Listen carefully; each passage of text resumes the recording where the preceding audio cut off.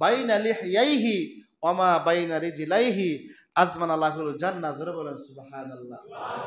ভাইরা আমার, আল্লাহর পয়গাম্বর জানায় দেয়, যে ব্যক্তি দুইটা জিনিসের হেফাজত করবে, যে ব্যক্তি দুইটা বস্তুর হেফাজত করবে, যে ব্যক্তি দুইটা জিনিসের হেফাজত করবে, আমি আল্লাহর হাবিব ঘোষণা দে ওই ব্যক্তিকে জান্নাতে নিয়ে যাওয়ার জিম্মাদার হয়ে যাব।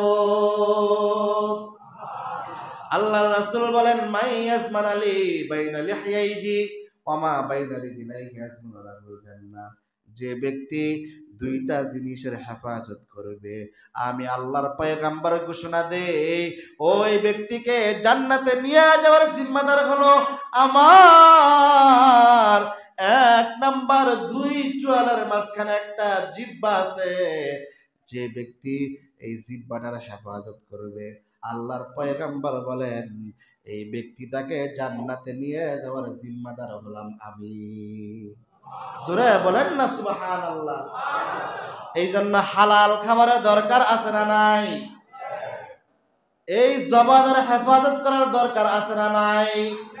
আল্লাহর রাসূল বলেন, যে ব্যক্তি দুইটা জিনিসের হেফাজত করবে তাকে জান্নাতে নিয়ে যাওয়ার জিম্মাদার হলাম আমি।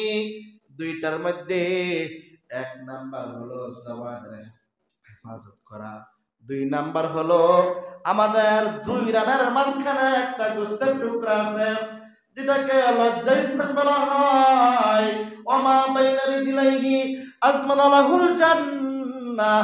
দুই রানের মাঝখানে একটা গোশতের টুকরা আছে যেটাকে আমরা লজ্জা স্থান বলি। পুরুষ হইলে পুরুষ অঙ্গ, স্ত্রী হইলে স্ত্রী অঙ্গ। আল্লাহর রাসূল বলেন, যে ব্যক্তি এই লজ্জা স্থানের হেফাজত করবে, আমি আল্লাহর পয়গম্বর ওই ব্যক্তিকে জান্নাতে নিয়ে যাওয়ার জিম্মাদার হয়ে যাব। যে ব্যক্তি দুইটা জিনিসের হেফাজত করবে, এক নাম্বার জবানের হেফাজত, দুই নাম্বার লজ্জা স্থানের হেফাজত। আল্লাহর পয়গম্বর জানায় দেয়, তুমি জান্নাতে কিভাবে যাইবা চিন্তার কোনো কারণ নাই, পেরেশানির কোনো কারণ নাই। আমি নবী ওয়াদা দিলাম, আমি তোমাকে হাতে দইরা দইরা জান্নাতের মেহমান বানাই দিব। জোরে বলেন না সুবহানাল্লাহ। এই যে ছয়টা শর্তের কয়টা শর্ত গেল? দুইটা গেছে। কয়টা? বাইরের একটা বন্ধ করে দাও। দুইটা শেষ করে দিব। দুইটা শর্ত গেছে। এক নাম্বার, হালাল খাবার খেতে হবে। এক নাম্বার কি খাইতে হবে? জোরে কর। রোজা সহিহ হওয়ার জন্য কয়টা শর্ত? ছয়টা শর্ত। কয়টা শর্ত?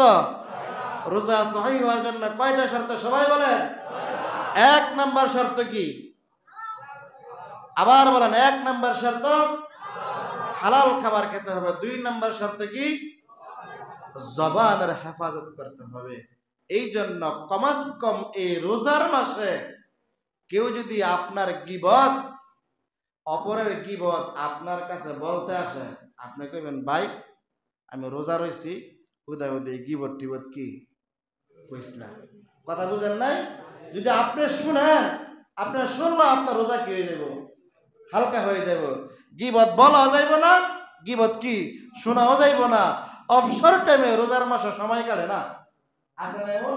রোজার মাসে কি কালে না? সময় কালে না। লুডু খেলায় আসেনি, ক্যারাম বোর্ড খেলায়। ক্যারাম বোর্ড তো সারা বছরই খেলায়। লুডু খেলায়, একটু আড্ডা মারি, ও বাতাসে গিয়ে বয়ে থাকে। হ্যাঁ, একটু আলাপ করার নিয়তে যায়। আরে ভাই, আপনি রমজান মাসে একবার সুবহানাল্লাহ বলেন, আপনার আমলনামায় আল্লাহ তাআলা 70 বার সুবহানাল্লাহ বলার সওয়াব আপনার আমলনামায় দিয়ে দিবেন। রমজান মাসে এক ওয়াক্ত নামাজ পড়লে আল্লাহ তাআলা 70 ওয়াক্ত নামাজের সওয়াব আপনার আমার আমলনামায় দিয়ে দিব। রমজান মাসে একবার আল্লাহ বললে 70 বার আল্লাহ বললে যে সওয়াব, এই সওয়াব আপনার আমার আমলনামায় দিয়ে দিব। রমজান মাসে এক রাকাত নফল নামাজ পড়লে রমজানের বাহিরে একটা ফরজ আদায় করলে যে সওয়াব, এই সওয়াব আল্লাহ তাআলা আপনার আমার আমলনামায় দিয়ে দিব। কেউ যদি রমজানে মসজিদে একবার আসে, রমজানের বাহিরে 70 বার আসলে যেই সব, সেই সব আল্লাহ তাআলা আপনার আমার আমল নামায় দিয়ে দিব। মুহতারাম হাজিরিন, রমজান মাসে যদি একটা নেক আমল করেন কয় গুণ বাড়ে? হ্যাঁ, 69 গুণ বাড়ে। কেউ যদি রমজান মাসে একটা গালি দেয়, হ্যাঁ, আমার কথা বুঝেন নাই মনে হয়? লাভটা নিবেন, লসটা নিতেন না। লাভ নিবেন, লসও তো নেওয়ার লাগবো, এটাই তো ব্যবসা, ঠিক না? এই জন্য সব কামায়ের মৌসুম, এরকম ভাবে আল্লাহ তাআলার রহমত কামায়ের মৌসুম, জাহান্নামের আযাব বন্ধ।